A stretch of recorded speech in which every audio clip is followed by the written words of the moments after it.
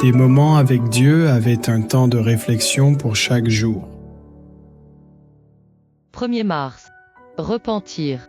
Après que Jean eut été livré, Jésus alla dans la Galilée, prêchant l'évangile de Dieu. Il disait, « Le temps est accompli, et le royaume de Dieu est proche. Repentez-vous et croyez à la bonne nouvelle. » Marc 1er, 1,4, 1,5.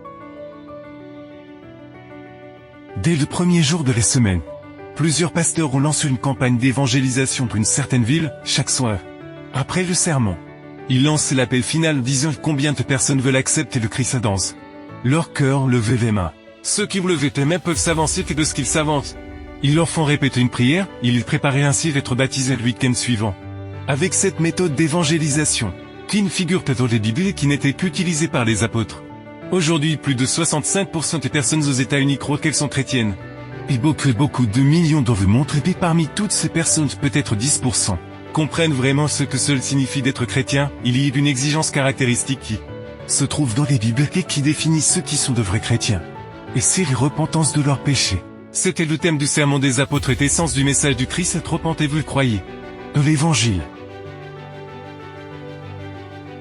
Homme essentiel au salut, Paul a prêché la repentance. Il a dit, « Je n'ai rien refusé de ce qui était utile, mais je vous ai annoncé et enseigné publiquement et dans toutes les maisons, attestant aux Juifs et aux païens la repentance envers Dieu et la foi en notre Seigneur Jésus-Christ. Il n'y a pas de salut sans repentance.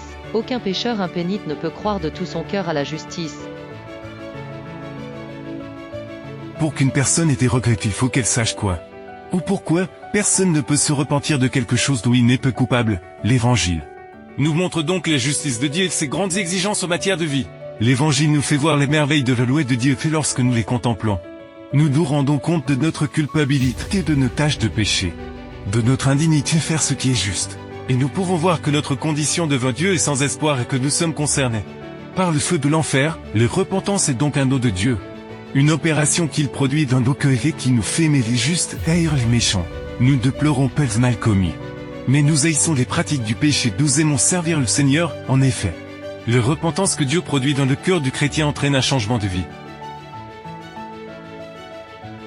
Lorsque le pécheur contemple la loi, sa culpabilité lui apparaît clairement, elle est exposée à sa conscience et il est condamné. Son seul réconfort et sa seule espérance se trouvent sur la croix du calvaire. En se fiant aux promesses, en acceptant ce que Dieu dit, il reçoit le soulagement et la paix dans son âme.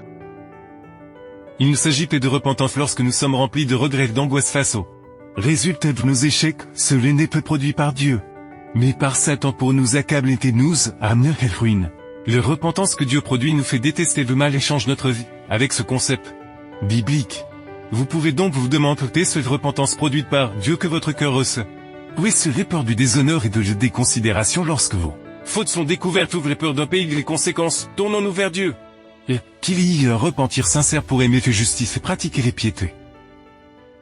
Amen. Merci pour écouter cet audio. Nous vous invitons à partager avec votre. Contactez et visitez le site web. biblewell.com